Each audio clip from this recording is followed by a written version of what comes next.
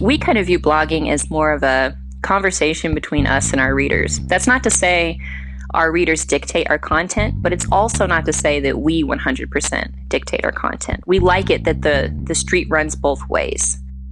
That was Emma Chapman, and this is episode 94 of the Chopped Podcast.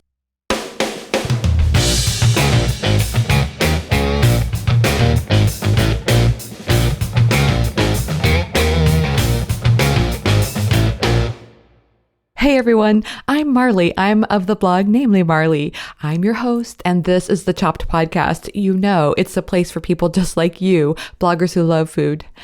My goal here is to share with you thoughts, stories, interviews, everything related to food blogging so we can all learn together about what works with food blogging and maybe even a little bit about what doesn't.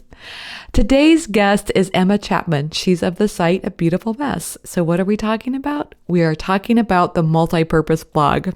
Okay, so I don't know about you, but if you listen to the podcast and read the blogs on how to be the best blogger in the world, they all seem to be talking right now about the importance of the niche blog, or maybe you say niche. I've said it both ways in my life, and I think maybe we all agree we're confused on how to say it. But we know what it's about, right? The purpose of the niche blog is to be very focused, drilled down into a deep content, really focused on one specific area and really, honing in on it. Of course, I agree that's probably a good tactic if you can be that kind of person and really feel content and driven by that one topic. However, I just wonder if there's not a different way to do it. And that's why I reached out to Emma Chapman. She's of the site A Beautiful Mess. She and her sister Elsie do that site, and they have a team of people that work with them. And they have many areas of focus for their blog. They have DIY and crafts and food and even blogging tips. So I just think there's something to be said for looking at different models. And I certainly feel this way myself. I don't really like to be fenced into one particular topic. And I like the freedom that comes with, branching out into different topics. However, I also realize how difficult that can be for your audience sometimes. So I think the trick is finding ways to make that easy for your audience to understand that you're going to be covering different topics. So that's what I'm talking to Emma about today is the tricks of running a multi-purpose blog and how you go about doing that. Of course, we talk about that. And we also go into some fun things like editorial planning and food photography and other topics as well. So there's probably a little bit of something in there for everybody. I think you're going to love it. Have I told you about my daughter, Addie? Of course, I may be biased. I think she's pretty amazing. That's probably what a mom should say, but I think I would feel that way about her even if I weren't her mom. But, I don't even like to think about that. So anyway, Addie is a cello performance major at the Music Conservatory. And being a performance major, I have to confess, just observing her going through this process, it's really tough. They had to perform and get critiqued, and some of that's really difficult. And Addie has developed, a certain sense of resilience about her performance, her art. So she and I have long chats about it. The resilient side of art to me is so intriguing. So she shared this quote with me the other day, and of course I thought I would want to share it with you. So here we go. Magic is believing in yourself. If you can do that, you can make anything happen. That quote is by Johann Wolfgang von Goethe. Isn't that such a great quote? I think it's perfect for the Chopped conference too, because we're going to have a bit of magic at the conference this year. Not like the magician kind and, not like the witchy kind either. It's really more like the Elizabeth Gilbert Big Magic kind of magic. I'm sure you know her book, right? Big Magic. We've talked about it a few times here on the podcast. In fact, we're going to even have a couple of copies on hand to give away. So you definitely want to be there so you can get your own copy. Isn't that so exciting? I'm excited. Addie's going to be there as well. She's going to be helping out with the conference, so you can get to talk with her in person about her thoughts on resilience and art. You want to know one of my biggest takeaways after a year and a half of interviewing other food bloggers? It's all about community. Building them with your audience and creating them with other like-minded professionals. To me, that is the trick to being a successful food blogger. Elizabeth Gilbert says this in her book, Big Magic, that our ancestors are makers. We come from makers. That's why we're so drawn to creating art.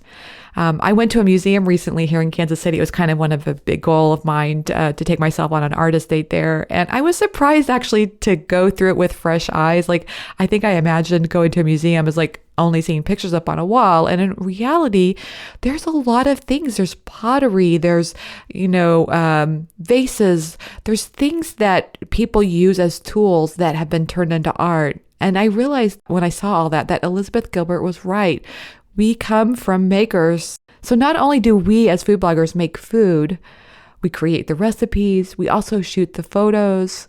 So we are makers, but we are also makers of community. And that's why I think it's so important for us to make sure we're around other people who are like-minded professionals, creating community on that level in person, in addition to online as well. So come be a part of the Chopped community. There's only a few spots left, so come join us for the 2016 Chopped Conference. You can buy your ticket today at choppedcon.com, register. Okay, let's get right to today's featured interview with Emma Chapman. So put on those earbuds, turn up the volume, and let's talk about all things food blogging and so much more. Hey everyone, I'm happy to have Emma Chapman of the site A Beautiful Mess on the show today. Hey Emma, welcome to the Chopped podcast. Hi, thanks so much for having me. I'm excited. Well, I'm excited too. And I have to say, I'm really excited that you're going to be a speaker at the Chopped conference this year. I am really looking forward to meeting you in person. And I know it's going to have a great impact on people. So I don't know, could you tell everybody what you're going to be talking about? Yeah. So my session is going to be a little bit about monetizing your site. So different options for that. And I'm going to kind of approach it from more of a, this is a business. So let's talk about it in that way. And so I think it'll be helpful, even if people are like, I just want to make enough money to, break even. It's like, great. That's a great goal. That's a great place to start. Or if you're like, I'm already making, this is my full-time job, that I consider it that, but I want to take it to the next level. Hopefully it will be beneficial to a large range of people. So that's my goal. And then I also just love meeting people in person because I'm always online. There's something kind of, for me, magical about getting to meet people in real life and like watch someone ask me a question like in real time. It's like, oh wow, this is novel, because usually I'm just answering questions online and it's just different. So it should be fun. I'm looking forward to it. I know everybody else is too, because I know you're going to give such great advice. It's going to be wonderful. But today I thought it might be nice, people, you need to come to the conference if you want to hear Emma speak about that topic. It's going to be amazing. But I thought we could go into a little bit different story that you may not have time to go into in your presentation. And that is like a little bit of background behind your site, A Beautiful Mess. And, I think that you talk about a variety of topics, from design to food to all different kinds of things. And I think that's really interesting because a lot of sites, I hear a lot about the importance of like having a very narrow topic. And so maybe we can talk about that a little bit today and start out with maybe you talking about how it is that you started A Beautiful Mess. Yeah, so really, my sister Elsie, we're both the owners of A Beautiful Mess, or the authors, or whatever you want to call us. I like to say owner. It sounds cool. Yes, I do too. But anyway, she really started A Beautiful Mess. And when she did, I think it was in 2007, and it was just a lifestyle blog. It was just for fun. She wasn't intending it to be a brand or make money or anything. It was just a place for her to share mostly scrapbooking pages and layouts that she was making. She was designing scrapbooking product at the time. And so she kind of got to connect with customers or fans or just the community at large, the scrapbooking community. And so it started that way. And around the same time, she had opened a small retail shop that sold her own original paintings and then other merchandise kind of around her designs. And she started blogging about that, and people were very interested in it as a small business. So she blogged more about that, and I think it just kind of started to become a place where she could promote her business. And eventually people started charging money for advertisements on sites. Whoa, crazy. Yeah. And so it started to be a way she could supplement her income. And so from the very beginning, it covered kind of a range of topics, and it was viewed as a very casual endeavor, if that makes sense. It wasn't necessarily a business move in the beginning. And then around 2010, I had started working with her at her vintage store in her retail space. And I had my own food blog called Food Coma. And It That's a was good really one. fun. Yeah. Yeah, you get it. Food coma. Yes. Yeah. And she was like, it'd be fun if we had recipes on a beautiful mess. Do you want to write a few once in a while? And I was kind of like, well, I don't blog full time. It was just something I did on the weekend. And then I would share the content throughout the week. And I was like, well, I barely have time, but that sounds fun. Why not? Sounds fun. Yeah. So I did. And eventually that started to grow. And she asked me if I would like to just become a co author of A Beautiful Mess. And I had started running our advertising program as well. So in the beginning, it was really like, I'm a food blogger and I'm just going to join this site and do what I was doing, food blogging. But now I'm going to do it on this site that does a whole bunch of other things too and kind of share that space. And then the business side was I was running the advertising program and doing some things behind the scenes, I guess you could say, administrative type things. And that's how we really started. So I've always had a weird range of topics, and we continue to add to it from time to time. So, yeah. Well, it's kind of nice that the title gives you that openness. I mean, it's a beautiful title. The title of your site. Thanks. Yeah, she came up with it way back then, and I think the year after she started it, this Jason Mraz song came out that I think is titled "Beautiful Mess." I think it's Jason Mraz. I can't remember now, but everyone at that time would ask her if she had named it after that song, and it would make her so mad because she was like, "No, I came up with this name, and now everyone thinks it's this pop song." And it wasn't a bad song; it's a great song. It's just that's not where she got the name from. So she felt very like, ugh. But anyway, it's stuck. And I think we've actually grown into it more over the years, which is very lucky. So I think it's a great name. I can't believe we got so lucky with it, really. Yes, absolutely. Nowadays, I think when people are finding names, it's like hard to find not only the domain name, but also the corresponding like social media titles as well. Oh. Yes. Oh my God. Yes. If I was starting one today, that's tough. You almost always end up having to add like, blog or official or something, trying to get all the handles for it and then a clean URL. Oh, it's tough. Yeah. But And I think you also give blogging advice. You've got like courses that people could take on your site. And I think some of that's probably because you all have done so well. Would you mind sharing a little bit about like how many page views you're getting or at least a ballpark figure? Yeah, I'm trying to remember. I know we get, you think I would know, right? Yeah. I don't run the advertising program anymore. So I do check in on our traffic and our Google Analytics and a number of other things. But I do know we have over 1 million people, almost 1.5 million, visit the site every month, individuals. But I can't remember how many page views we get a month. Yeah. I should know this, but I don't. It would probably be more than that, I'm sure. Yeah. So that's great, Yeah, and I that's think it's a over huge 2 success. million, but I don't remember. Yeah. And you've got a team of it's people fun. that you work with now too. Yes, we have our staff is 5. Elsie and I are 2, and then we have 3 other full-time folks, and then we get to work with freelancers and other folks from time to time, which is always really fun. Yeah. That's cool. Okay, so tell me about your interest in food, because you started your site Food Coma, and that you obviously had an interest in that. What did that start at an early age? Yeah, so I grew up, I really have always liked eating. Let's just put it that way. So, Me too. yeah, I mean, who doesn't? When I meet, actually, my husband is like this. My husband Trey, he's amazing, but he's so different from me in his approach to food. He's very functional, and he doesn't really get tempted by like sweets or this or that. And I'm just like, I do not understand you. It's like a piece of your brain isn't turned on, because I'm like, that's my whole life is trying not to eat a cookie. That's what I feel like. My husband will eat one cookie after lunch. One cookie, that's it. Yeah, that's incredible to me, because I'm like, I want all the gotta cookies. save treats for the weekend. Yeah, because I will just keep eating. I can't even keep, like, I work from home, and I keep nothing in my house that's like, I only keep raw ingredients, like that kind of thing, and like fruit. Because if there's cookies or anything, I will eat them all. So it's terrible. So anyway, so I've always loved eating. And sometime I was living in Los Angeles after college, and I was pursuing acting.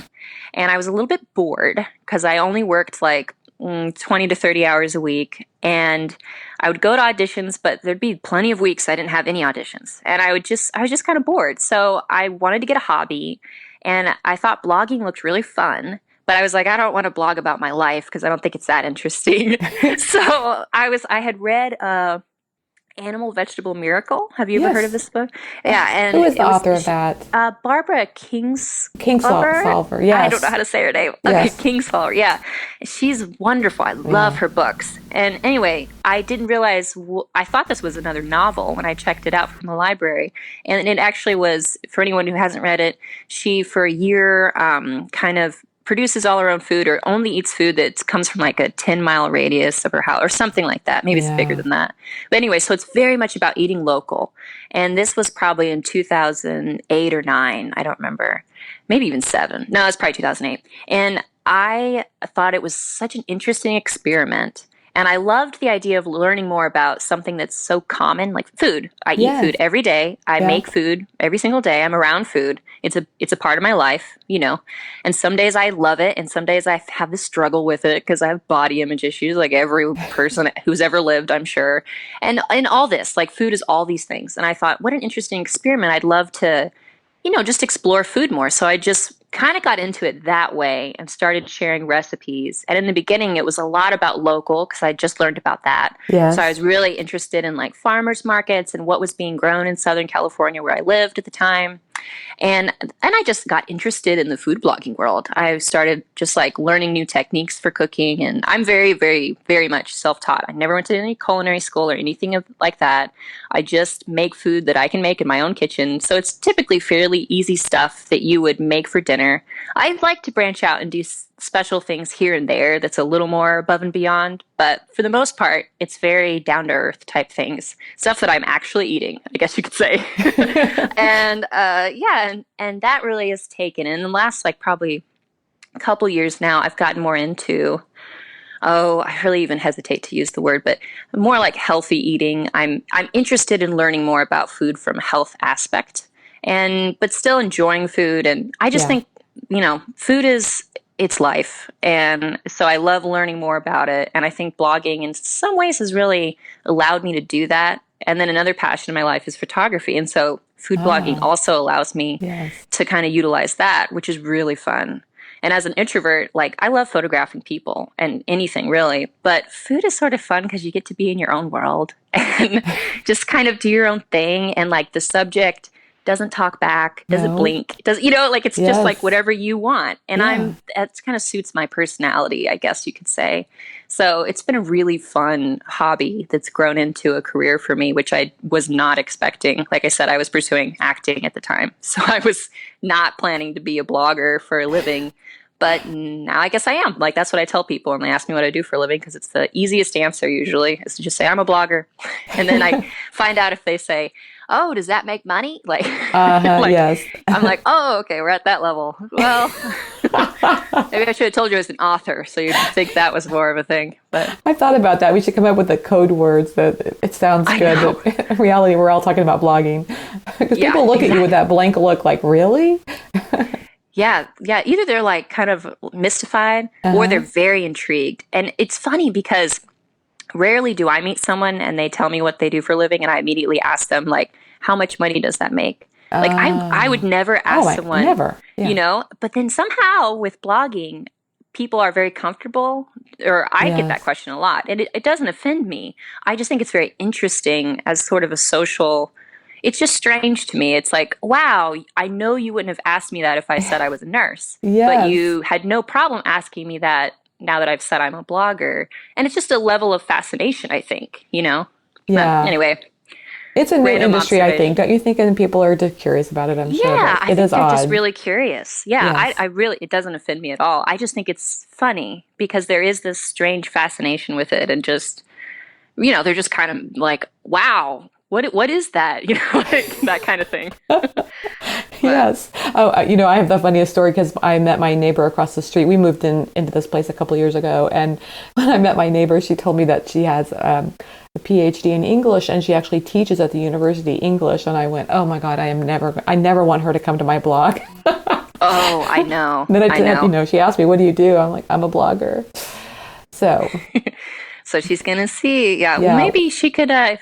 she could always help proofread if she has the friendly. I Well, don't know. blogging is like a different kind of language. It It's not, is. it It doesn't really fall, is. I mean, it's really more conversational. So I feel like I'm not so worried about typos, but I am, it's always just like, disconcerting to think that people would read this and go, "Oh, that's not a complete sentence." Well, yeah, it's not, but it kind of makes the point. It's true. I'm sure. I mean, I don't know about you, but I love reading, Yeah. Uh-huh. and I love novels. And there are some though that I read, and it is like that. Yes. And I always wonder. Oh, I wonder if they ever feel, very nervous to send it to, their editor or however, because I don't know. There gets to be all these rules about language or Yes. cooking or photography or anything.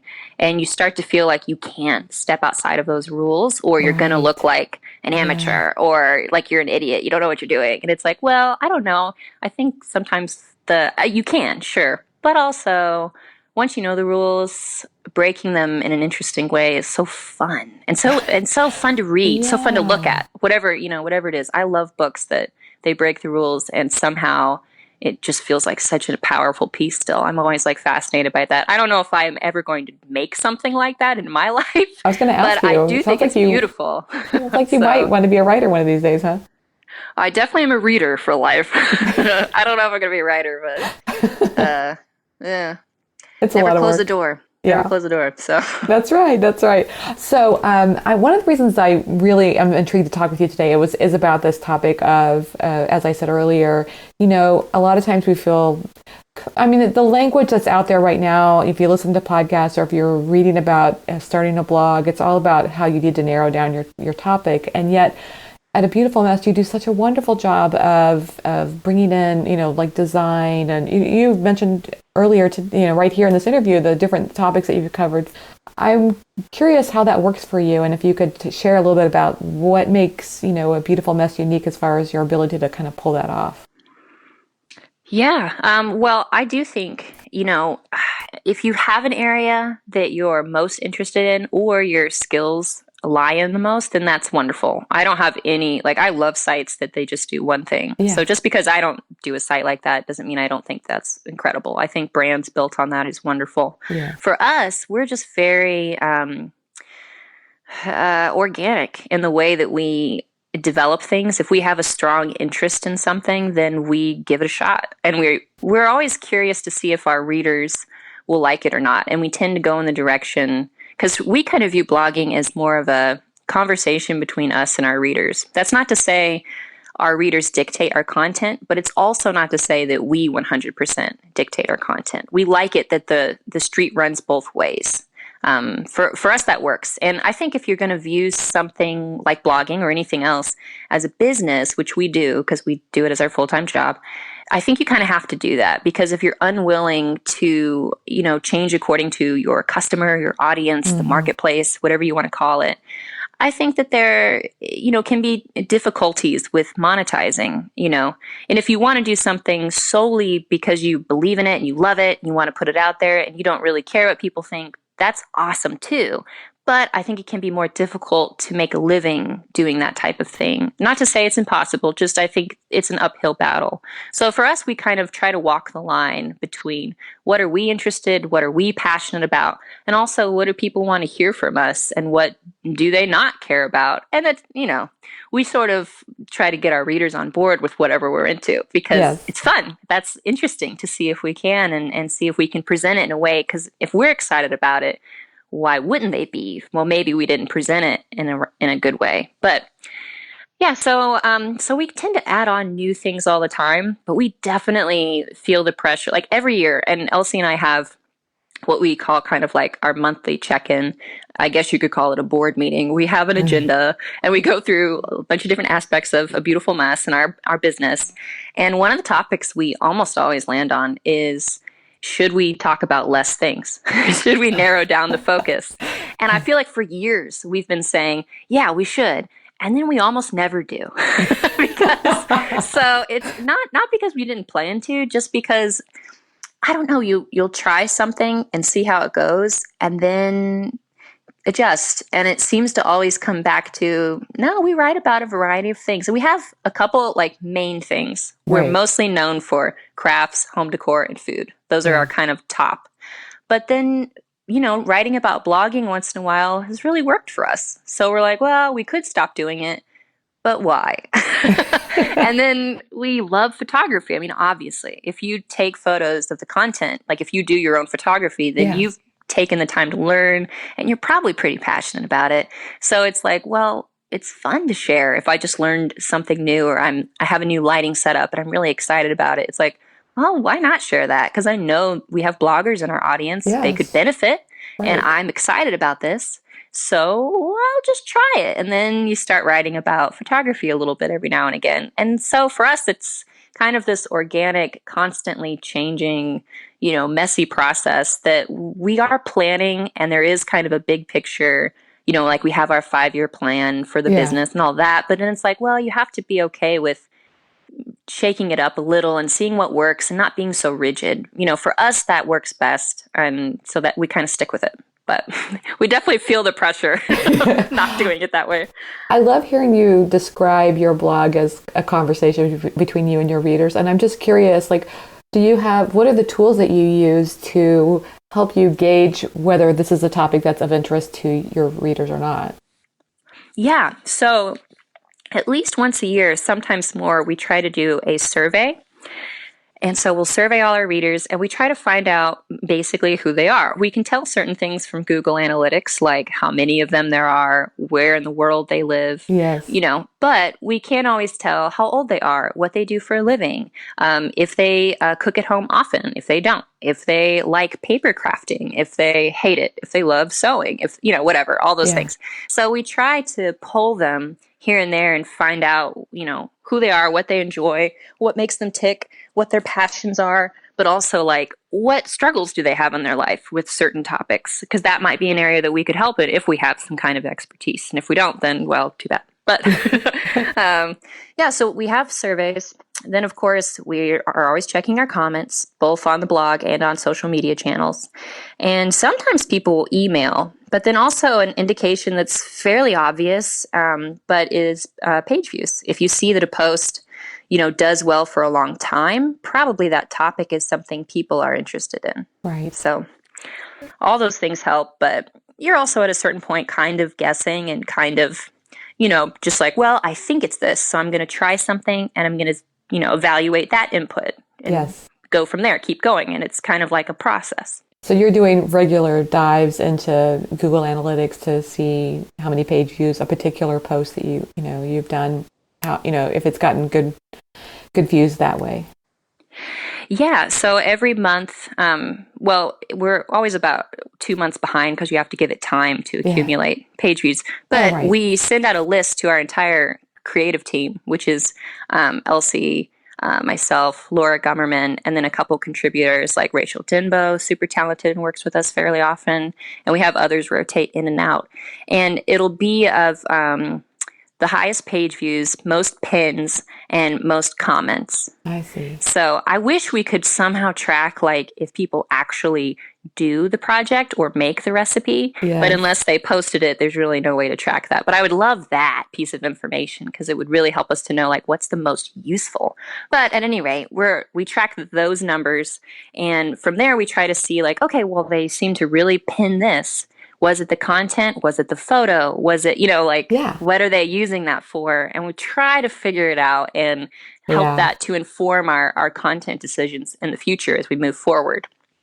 Yeah, I mean, because, just to speak to how broad you all are with the work that you're doing, I mean, I don't even think you narrow down to one particular food topic, right? I mean, you're not doing just desserts. You really have a wide spectrum of food that you provide.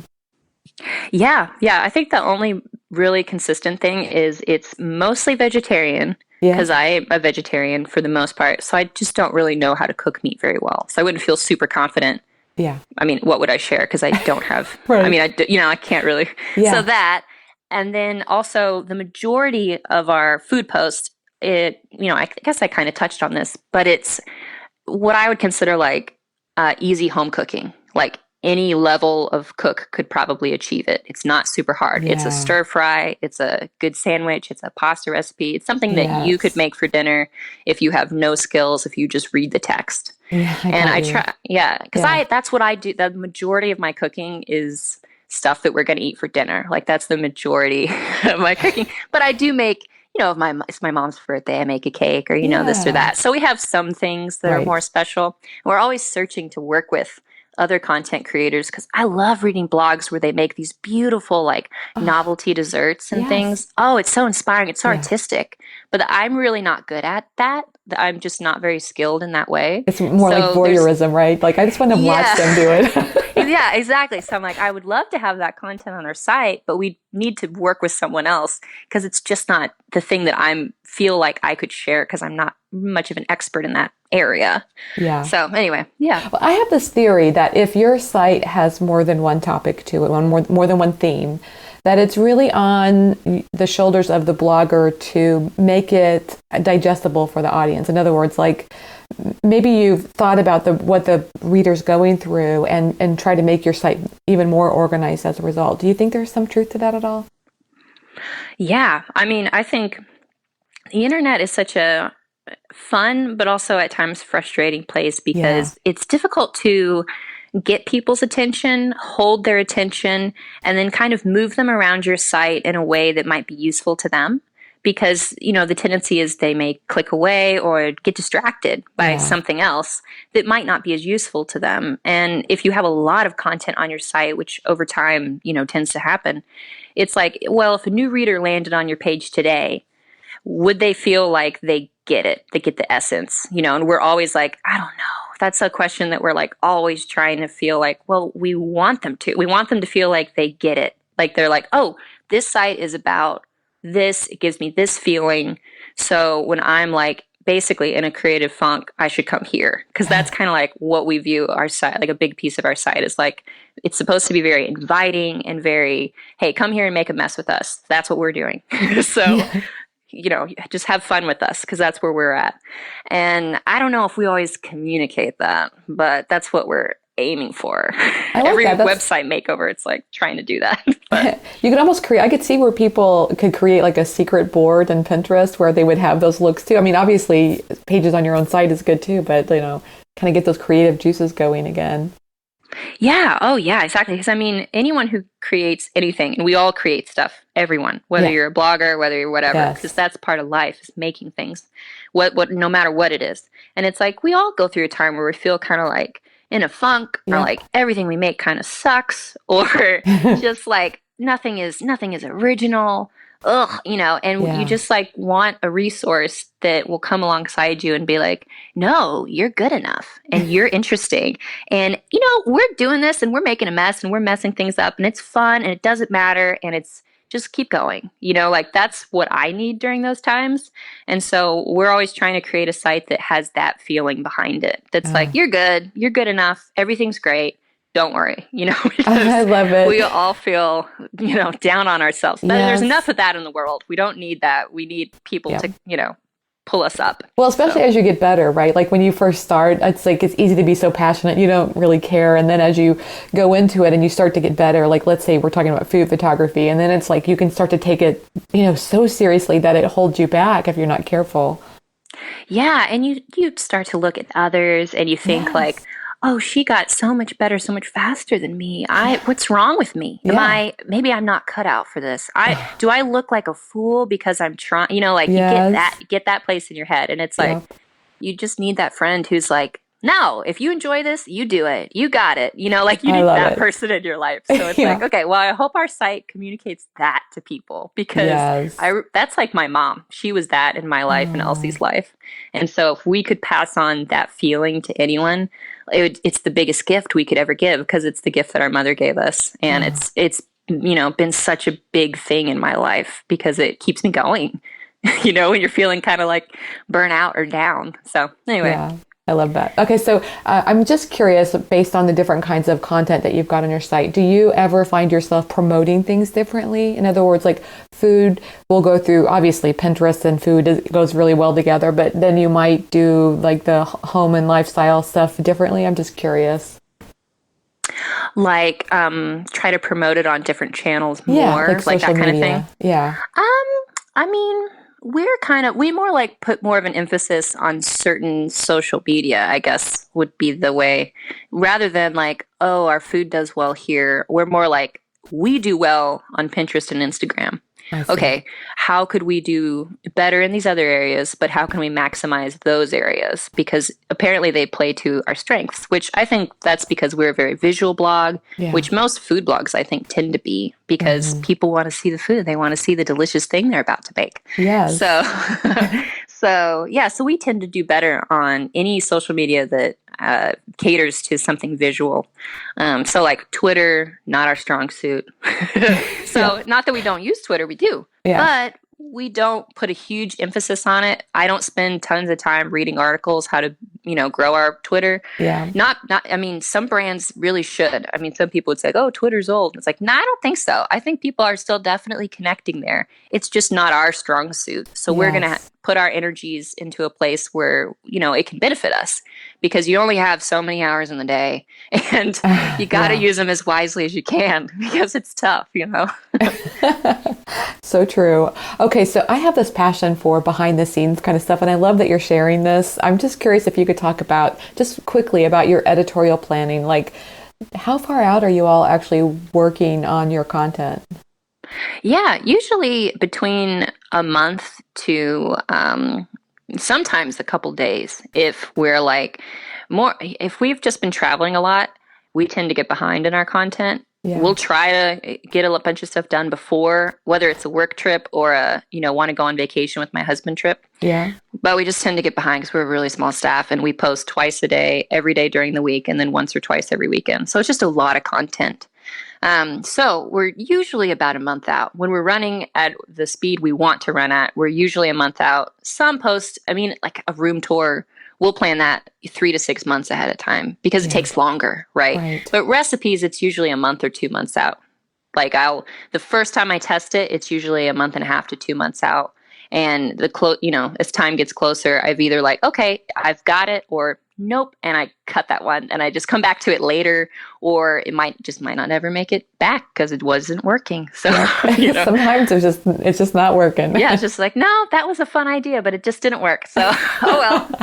But I'm so glad to hear that happens to other people too. yeah, and I always think like, oh, someday that'll stop, and it's like, no. It's kind of like when you're a kid and you think when you're in high school and you're like, I won't get acne when I'm 30, and it's like I'm 30 now and I still get pimples. So it's like, okay, this is just life. You think like, oh, in the future everything will be perfect, but it's Yes. like, no, it's always a little bit of a struggle, and it's always fun, but it's got its frustrations and things that don't work and things that you think are going to work, and Yeah. then you have to kind of pivot, and that's okay. But Yeah. so we do that, and then because our team works somewhat remote from each other, we use like Google Calendar attached Yeah. to our Gmail accounts, and we will have the post up on a calendar usually 2 to 3 weeks out. So like if I got onto my computer right now, which I'm sitting in a different room, but if I did, I could see what posts are on for the rest of the week, but next week, and then probably a couple into the week after that. And then Elsie is the creative director of our whole company, but she kind of knows like whenever I finish a post completely, I email her and I say, this is up for review, which means our proofreader's about to proof it and it'll be ready within probably a day or two. So she knows, okay, good to go.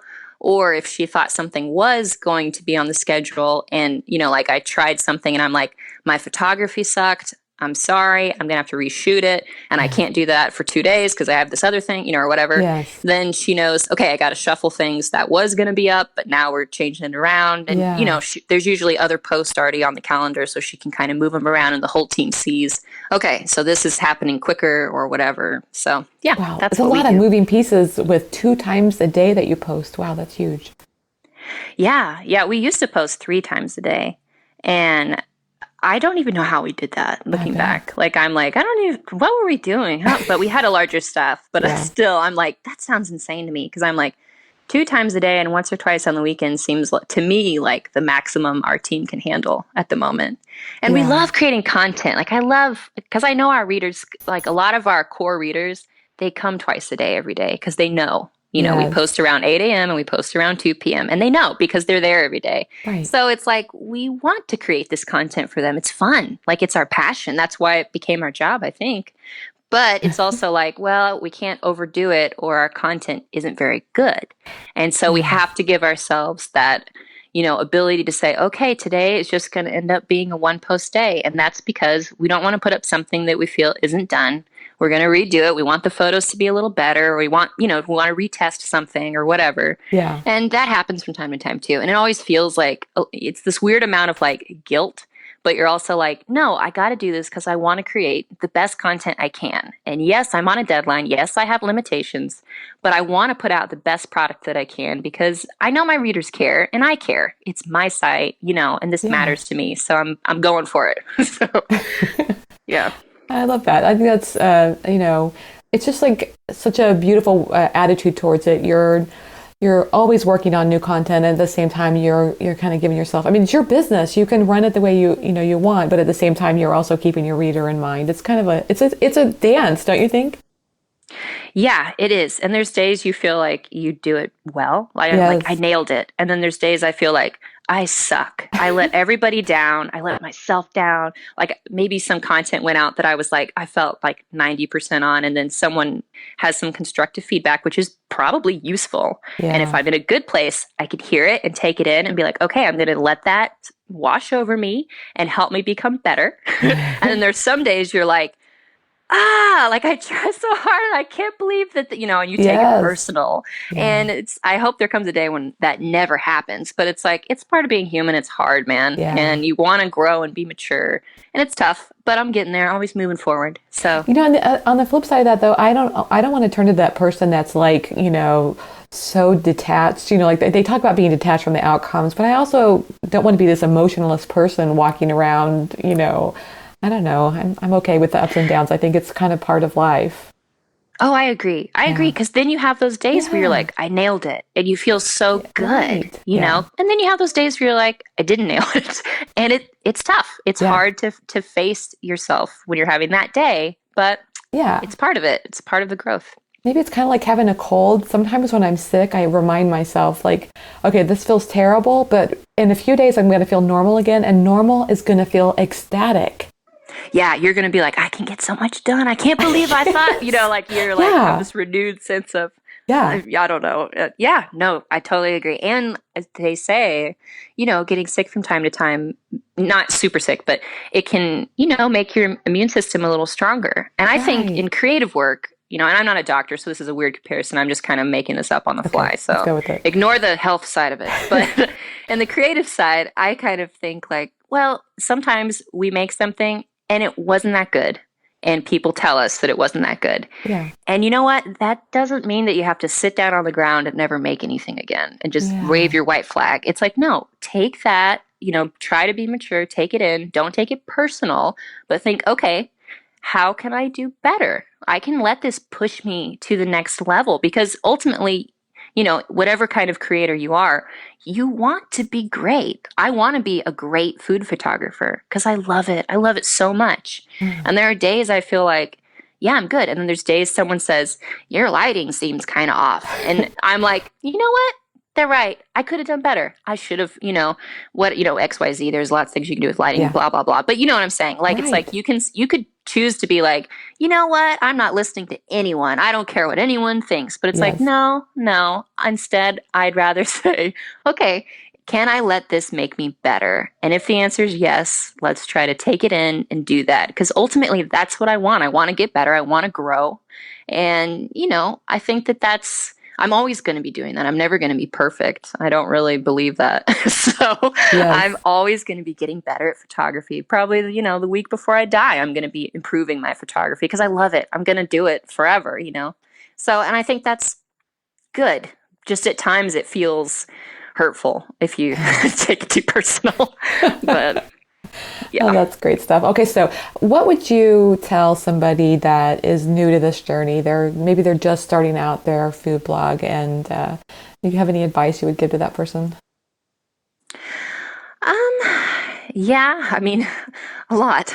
It's probably if Narrow it they would down listen, to. or if they would be like, I probably one thing is I would tell them not to put too much pressure on themselves right away.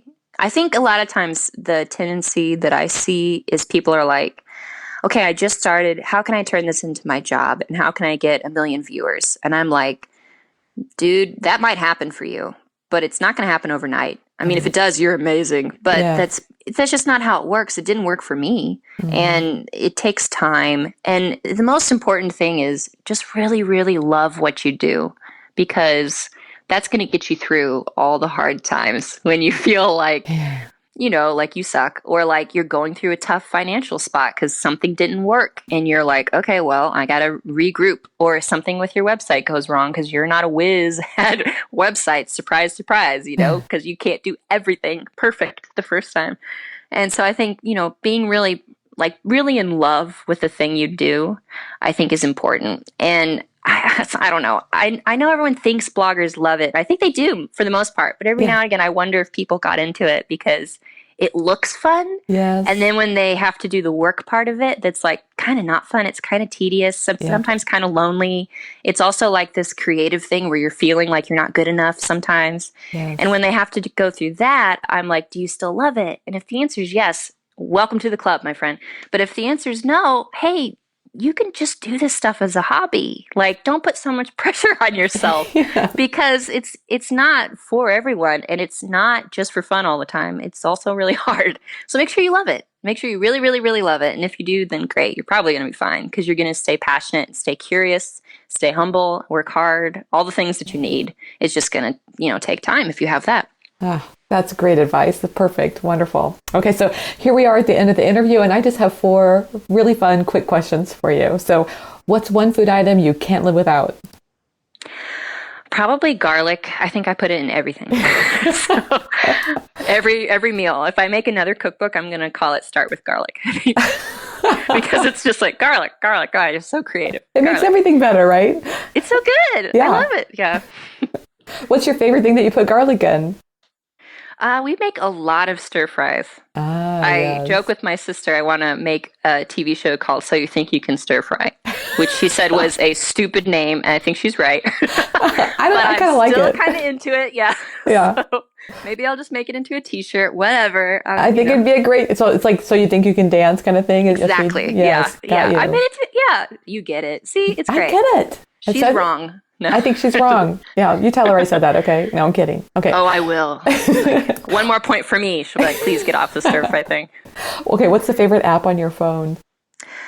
The one I probably use the most is Instagram. And then I love A Color Story. That's the company I own, so I'm a little biased. So sorry, but I really do love it. It's a great photo editing app. It's free. Sorry, little plug.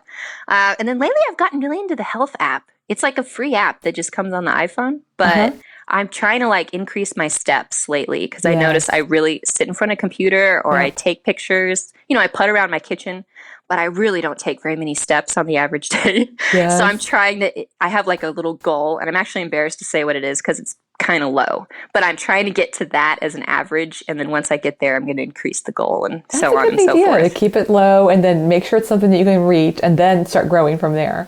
Yeah, because I have friends, she does a certain number of steps and she's amazing. And I was like, I'm so far from that. I was like, I can't make that my goal because I'll be so disappointed that I'm not going to make it. Yeah. So I was like, okay, I'm going to make my goal half that. And then I'm eventually going to get up there. So anyway, yeah. That's probably my most disappointing thing about blogging is the amount of hours it requires in front of a computer. It's not, I don't like that part. It's just like sitting or standing if you have a standing desk, but it's really not very active. So you got to take the efforts to get active. So you should check out this watch I have. It's called Withings. It's Withings. And it actually looks like a watch, a stylish watch, but it counts your steps too. And it works with your phone. Really? So what I love is I did that too. I used the health app, but I was always carrying my phone with me everywhere. And so if I'm out, I just didn't like, because you have to have your phone on you to count the steps. But this Withings watch is beautiful, and it also counts your steps. So that's kind of cool. Put this in the show notes because I got to click on this and look at it. So